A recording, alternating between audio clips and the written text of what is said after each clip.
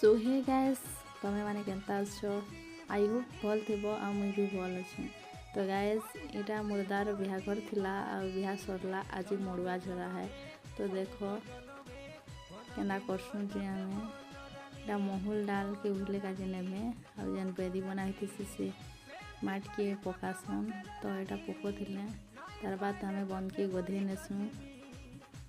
इटा मोर भाई महुल डाल के बुझे आटा देउ समस्ते गाधवा लगे जाऊन देख आ मुई भी जाइली।